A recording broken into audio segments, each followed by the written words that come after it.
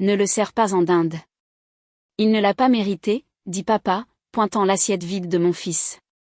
Les enfants de ma sœur ont eu droit à une deuxième portion. J'ai touché l'épaule de mon fils, j'ai dit, c'est fini. Et je suis partie. À 23h02, papa a envoyé un message, le loyer est dû demain. N'oublie pas, j'ai juste souri et j'ai dit, je m'appelle Ava. J'ai 32 ans, je suis mère célibataire, l'aînée, celle qui tient le calendrier et apporte les plats en aluminium.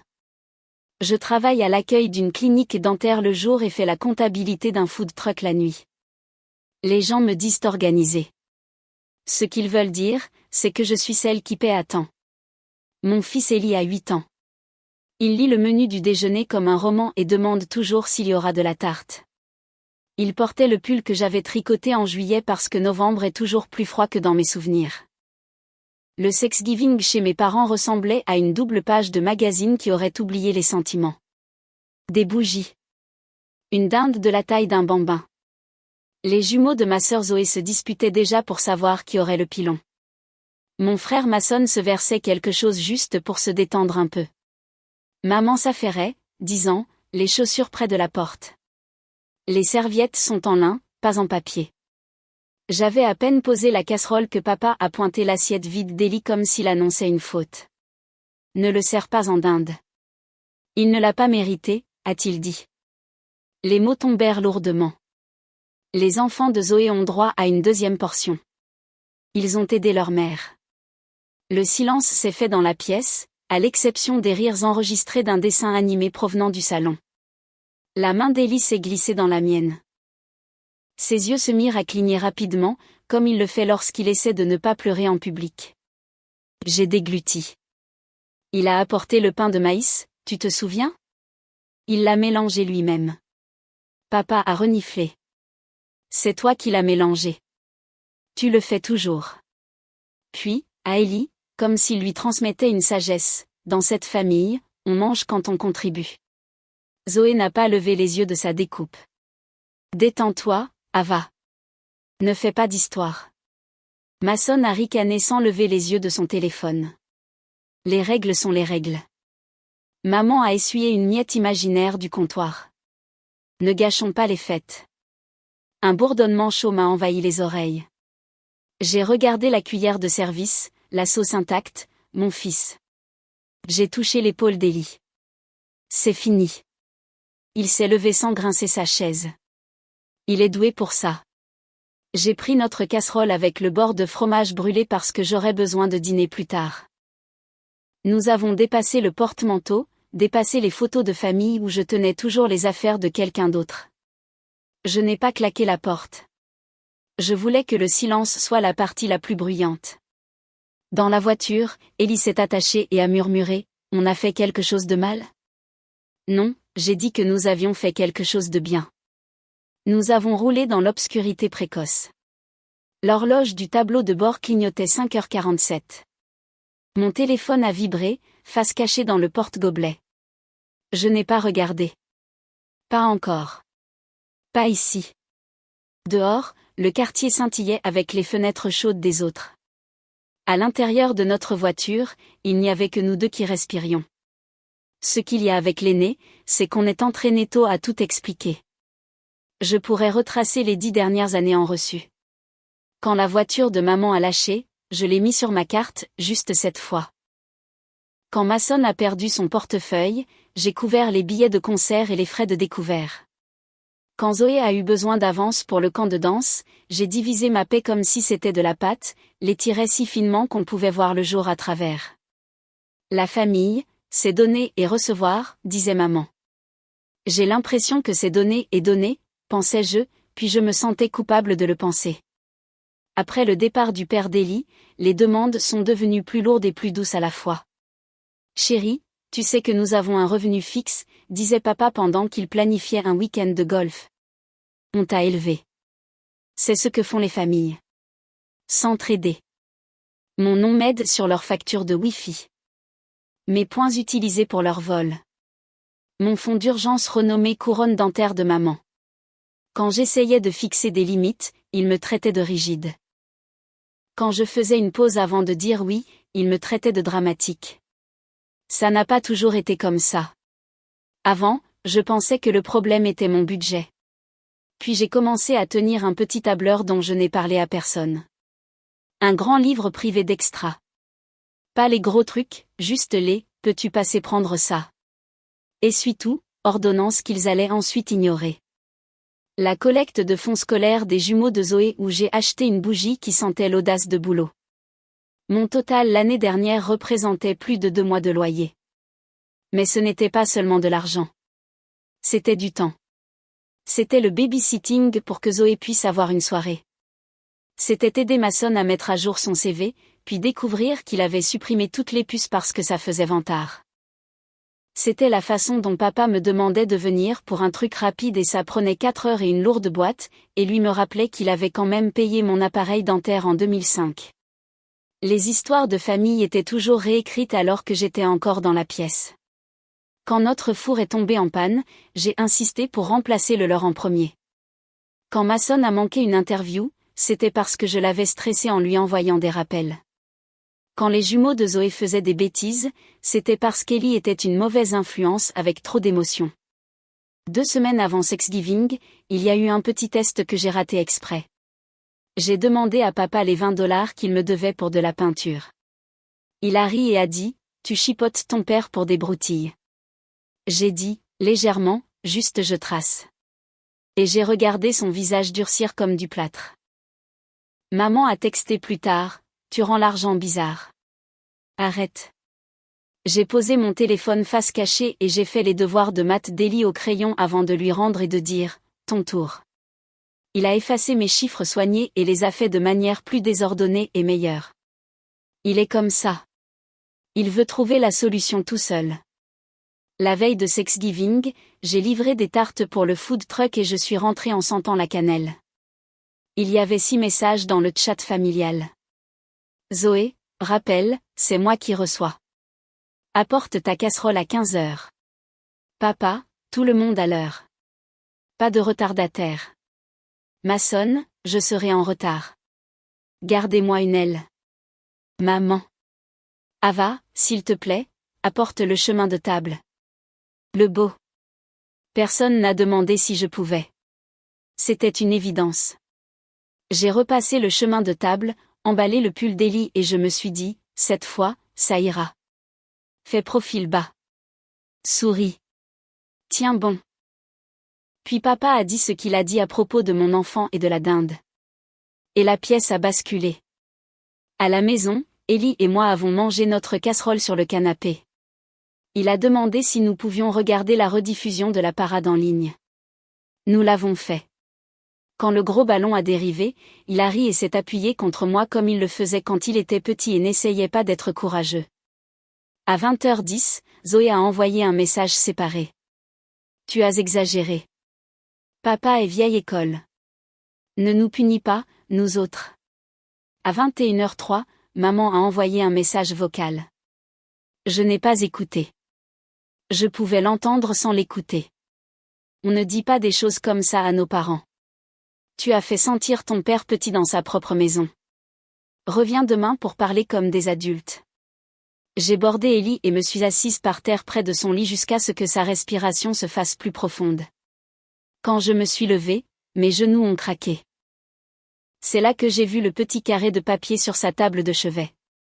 Il avait écrit « Merci, maman » en lettres capitales et avait souligné maman 3 fois. En revenant vers le canapé, j'ai pris mon téléphone. L'écran s'est illuminé d'une nouvelle bannière de papa à 23h02. Le loyer est dû demain. N'oublie pas. Mon pouce a plané. Je n'ai pas répondu. Pas encore. Le matin sentait le froid. Celui qui vous pénètre les os quand le chauffage se met en marche tard parce que vous essayez d'économiser sur la facture. Ellie a mangé la dernière tranche de casserole et a dit « Maman, on a encore du chocolat chaud ?» On en a, ai-je dit. Et j'en ai fait très chocolaté parce que parfois le sucré aide la vérité à passer. À 9h17, le chat familial s'est éclairé. Papa, réunion de famille à 13h. Soyez là. Zoé, nous sommes tous d'accord, ça a dégénéré. Mason, Ne sois pas bizarre, Ava. J'ai senti la vieille attraction. La partie de moi qui cherchait encore l'approbation comme si c'était de l'oxygène. Puis j'ai pensé à l'assiette d'Ellie. À son visage. J'ai répondu par SMS. Je me joindrai par vidéo. Papa en personne. Moi. Je me joindrai par vidéo. Zoé. Arrête d'en faire toute une histoire. Moi. Je me joindrai par vidéo. Silence. À 12h58, j'ai ouvert mon ordinateur portable à la petite table de cuisine avec le vacillement que je n'arrête pas de vouloir réparer. J'ai incliné la caméra pour qu'on ne voit pas le vacillement. L'écran s'est rempli de leur visage. Papa à la tête de la table à manger, la mâchoire serrée. Maman et les perles qu'elle porte quand elle veut paraître raisonnable. Zoé avec un stylo comme si elle prenait des notes. Mason à moitié dans le cadre. Papa n'a pas dit bonjour. Il a commencé. Nous sommes préoccupés. Tu nous as embarrassés hier soir. Tu es sorti en trombe. Tu modèles le manque de respect pour ton enfant. J'ai respiré par le nez. Vous avez dit à un enfant de 8 ans qu'il n'avait pas mérité son dîner. Maman s'est penchée en avant. Ton père a utilisé le mauvais ton. Il l'admet, mais tu as fait escalader la situation. Zoé est intervenue. Nous sommes tous fatigués, Ava. L'argent est serré. Tout le monde porte un fardeau. C'est vrai pour l'argent. J'ai tendu la main vers un dossier. À l'intérieur, des relevés imprimés, des captures d'écran, une liste avec des dates. J'ai gardé ma voix posée. Au cours des 12 derniers mois, j'ai couvert le Wi-Fi chez vous pendant 10 mois. J'ai payé le cellulaire de Mason 2 fois. J'ai acheté les uniformes des jumeaux de Zoé. J'ai payé l'inspection de la voiture de papa. J'ai du retard sur ma propre facture dentaire. Papa a froncé les sourcils. Personne ne t'a demandé de tenir un compte. C'est ça le problème. Personne n'a demandé. C'était une évidence. Mason a haussé les épaules. Tu rends ça transactionnel. C'est transactionnel, ai-je dit. Vous m'avez transformé en distributeur automatique de billets avec des sentiments. Zoé a levé les yeux au ciel. Tu es encore dramatique. J'ai cliqué sur partager l'écran. L'écran s'est rempli de leurs visages. Des lignes de poste, des montants, de petites notes comme Venmo promis et je te dois non rendu.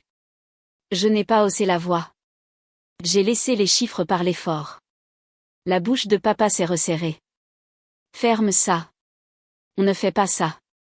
On le fait maintenant parce qu'hier soir, vous avez puni un enfant pour contrôler sa mère. Et à 23h02, vous m'avez rappelé le loyer que je vous paie pour vivre dans l'appartement au-dessus de votre garage, même si vous avez dit à tout le monde que vous me l'aviez offert. Maman s'est raidie. Nous t'avons fait un bon prix. C'est le prix du marché, ai-je dit. Et vous facturez des frais de retard. Silence. Je les ai tous regardés. Je ne paierai pas de loyer à des gens qui humilient mon enfant. Je déménage. J'annule également le paiement automatique de votre Wi-Fi, je vous rends votre carte de crédit de rechange et je ne subventionnerai plus les urgences des autres qui sont en fait des brunchs. Le stylo de Zoé s'est arrêté de bouger. Où iras-tu? Quelque part que je peux me permettre sans payer pour 4 adultes, ai-je dit. J'ai déjà signé un bail, le 1er du mois. La voix de papa est devenue froide. Tu penses que tu nous punis? Tu te punis toi-même. J'ai secoué la tête. Je nous choisis, Ellie et moi. À l'autre bout, Mason a ri comme s'il avait gagné quelque chose. Bonne chance sans nous. Regarde-moi faire, ai-je dit. Et j'ai mis fin à l'appel. La première nuit dans le nouvel appartement ressemblait à du camping. Le salon résonnait parce que le seul meuble était le canapé d'occasion qui sentait faiblement la pluie propre et une lampe avec un abat-jour de travers. Ellie a gonflé le matelas gonflable et a fait semblant que c'était un bateau pirate. Lorsque nous nous sommes allongés, nous pouvions entendre notre voisine du dessus marcher. Ses pas résonnaient comme un battement de cœur. Régulier. J'aimais ça. Nous avons mangé les restes de chili dans des tasses et empilé les cartons vides comme un horizon. Ellie a demandé, On peut accrocher le dessin avec le dragon sur le frigo? Nous n'avions pas encore d'aimant de frigo. Alors, j'ai utilisé du ruban de masquage et j'ai dit, on invente. Quand j'ai allumé mon téléphone, il y avait 8 appels manqués de maman, 3 de Zoé, 2 de papa et un d'un numéro que je ne reconnaissais pas. Pas de message vocal de papa. Il n'aime pas laisser de preuves, juste un SMS. Tu as jusqu'au 5 pour vider ton espace de rangement dans le garage. Des frais de retard s'appliquent. J'ai soufflé entre mes dents. Puis j'ai ouvert mon application bancaire, annulé le paiement automatique du Wi-Fi à leur maison et désactivé le profil de streaming familial que je payais. Je me suis écrit une courte note. Tu n'es pas un portefeuille. Tu es une personne. Je l'ai signé parce que parfois une signature aide. À la clinique, j'ai demandé des heures supplémentaires. Le nouveau dentiste a hoché la tête et a dit, nous avions besoin de quelqu'un qui connaisse le logiciel. Au food truck, j'ai dit au propriétaire que je pouvais faire la comptabilité du week-end s'il le souhaitait. Il m'a tendu un carnet poussiéreux de farine et a dit, s'il te plaît.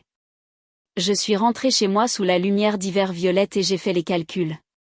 Ce n'était pas luxueux, mais c'était à nous.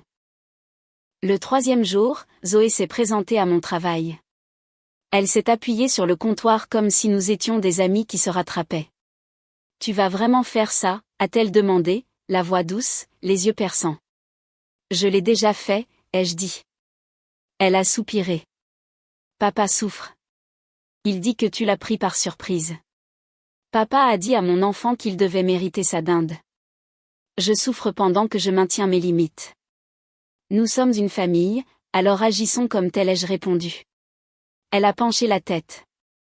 Tu penses que nous sommes les méchants dans ton petit tableur, mais tu ne demandes jamais d'aide. Je vous ai demandé de ne pas impliquer Ellie dans les disputes d'adultes. Personne n'a écouté. C'est ma façon de demander de l'aide. Elle a changé de tactique. D'accord. De quoi as-tu besoin? Nous pouvons publier sur ta comptabilité sur Facebook. J'ai souri. Le genre qui dit non sans être méchant. Je vais me débrouiller. Elle a regardé mon haut de blouse, le café bon marché sur le bureau, la petitesse de la vie que je choisissais. Elle a confondu petit et faible. Elle a dit, tu reviendras. J'ai dit, peut-être pour Noël si les gens peuvent s'excuser auprès d'un enfant de 8 ans. La bouche de Zoé a tressailli. Elle est partie sans dire au revoir. Cette nuit-là, elle a posté une photo des jumeaux faisant des biscuits avec la légende, on leur apprend à aider pour qu'ils méritent leurs friandises. Je l'ai mise en sourdine. Le 5e jour, papa a appelé d'un numéro que je n'avais pas bloqué. Il a dit, loyer. Il a sauté le bonjour. Tu es en retard. J'ai déménagé. Tu es en retard pour le rangement. Je serai là samedi. S'il vous plaît, laissez les boîtes près de la porte. Nous ne rentrerons pas. Il a bredouillé. C'est ridicule. D'accord. D'accord. Nous sommes d'accord sur quelque chose. Et j'ai raccroché avant qu'il ne puisse déformer la situation.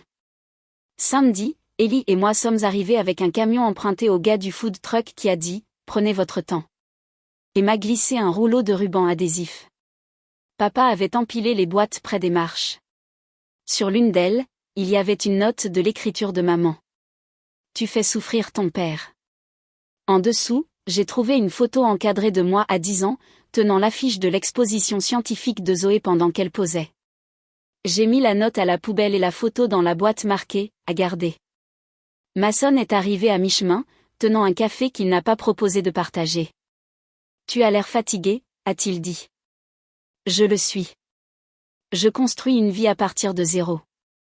C'est épuisant et ça en vaut la peine. Il a ri. Tu ne peux pas nous couper les ponts. Tu auras besoin de nous. J'avais besoin de vous quand je vous ai demandé d'arrêter de taquiner Ellie, ai-je dit. Vous avez ri à ce moment-là aussi. Il a ouvert la bouche. J'ai levé la main. Cette allée n'est pas un tribunal. C'est fini. Il a levé les yeux au ciel et est rentré à l'intérieur. Ellie m'a tendu l'étiqueteuse et a chuchoté, cette boîte, ce sont les jeux. J'ai tapé, les jeux n'écrasent pas, à la maison, nous avons déballé lentement. Un tiroir par jour, une étagère par semaine. J'ai acheté une tringle à rideaux à 7 $ et je l'ai accrochée un peu de travers et ne l'ai pas réparée parce que l'imparfait semblait honnête. Ellie a dessiné une maison avec de grandes fenêtres et un petit cœur dans le coin. C'est notre routeur, a-t-il dit, pour qu'on puisse regarder la parade l'année prochaine, même si on ne va nulle part. Le vendredi de la paix, j'ai transféré de l'argent sur un compte que j'ai nommé pour nous. Le premier dépôt était de 50 $. C'était petit. Ça ressemblait à la liberté. Les messages continuaient d'arriver. Certains étaient des couteaux enveloppés dans des serviettes. Maman, la famille n'est pas un tableur. Papa, tu nous dois de la gratitude. Zoé, j'organise le réveillon de Noël. Si tu comptes être difficile, ne viens pas. J'ai répondu à un message par semaine. Au maximum, court, gentil quand je pouvais, ferme quand je ne pouvais pas. À maman, je t'aime.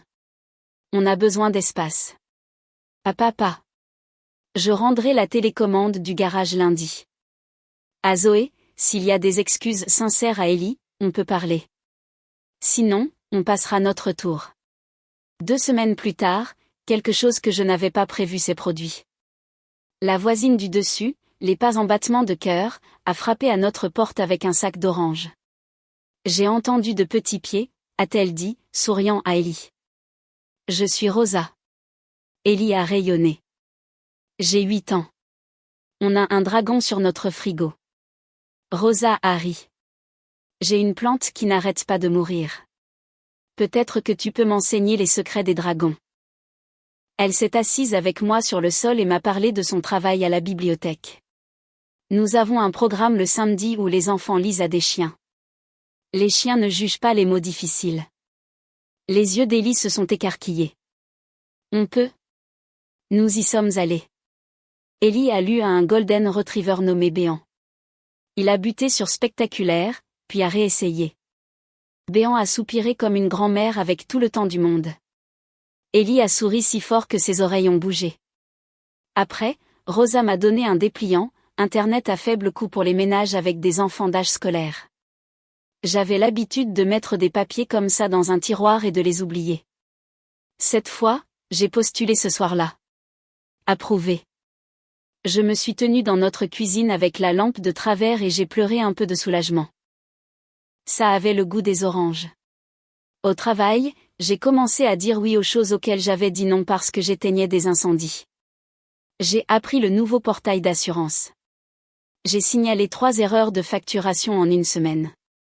Le dentiste a dit, tu veux un changement de titre? J'ai dit, je veux une augmentation. Nous nous sommes entendus. Je n'ai rien dit à ma famille. C'était à moi.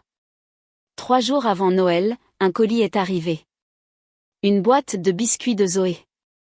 À l'intérieur, sur le dessus des biscuits, une note pliée pour Ellie. Désolé pour Thanksgiving. J'ai fixé les lettres jusqu'à ce qu'elles deviennent floues. Ce n'était pas suffisant et ce n'était pas rien. Ellie a ouvert la boîte et a dit, ça sent la parade. Il en a pris un, l'a levé comme un toast. À Béant, a-t-il dit. Au dragon, ai-je ajouté. Nous avons mangé. Cette nuit-là, papa a texté, ta mère est triste. Règle ça. J'ai tapé, effacé, tapé à nouveau. Finalement, je suis ouverte à une conversation où personne ne traite un enfant d'indigne de dîner. Il a répondu avec un emoji pouce baissé. J'ai éteint mon téléphone et regardé Ellie s'endormir avec un livre sur la poitrine. L'appartement bourdonnait, le chauffage, la musique douce des voisins à travers le mur. Le genre de bruit qui signifie que vous êtes en vie et en sécurité. Le jour du Nouvel An, Rosa et moi avons monté une petite table par les escaliers. Trouvaille sur le trottoir, a-t-elle dit, fière. Nous l'avons mise près de la fenêtre. Ellie a aligné ses crayons comme des soldats et a écrit une histoire sur un dragon qui mange de la purée de pommes de terre parce que la dinde est trop de pression. J'ai ri jusqu'à devoir m'asseoir. J'ai pensé à la table du dernier Thanksgiving avec son chemin de table parfait et ses règles pour mériter sa nourriture. Puis j'ai regardé notre petite table avec son capuchon de marqueur manquant et un anneau d'une vieille tasse à café de quelqu'un. Ça ne ressemblait pas à un magazine. Ça ressemblait à une vie. J'ai envoyé un dernier message au chat familial. Bonne année. Notre porte est ouverte pour les visites qui sont gentilles. Nous vous aimons. Nous sommes occupés à grandir. Je pensais que l'amour signifiait rester petite. Il s'avère qu'il peut signifier partir tranquillement. J'ai su que c'était le moment quand j'ai vu le visage de mon enfant après qu'on lui ait dit qu'il n'avait pas mérité une assiette. Depuis lors, mon téléphone est plus calme. Les messages plus gentils. Rosa envoie des photos de béants. Ellie envoie des dragons. Je me rappelle de me reposer. L'argent est serré, mais honnête. Le loyer ressemble à une prise de possession d'espace. Je ne défends pas mes choix. Zoé s'est excusée. Imparfaitement. Papa ne l'a pas fait. Maman essaie. Nouvelle règle. Nous mangeons sans test.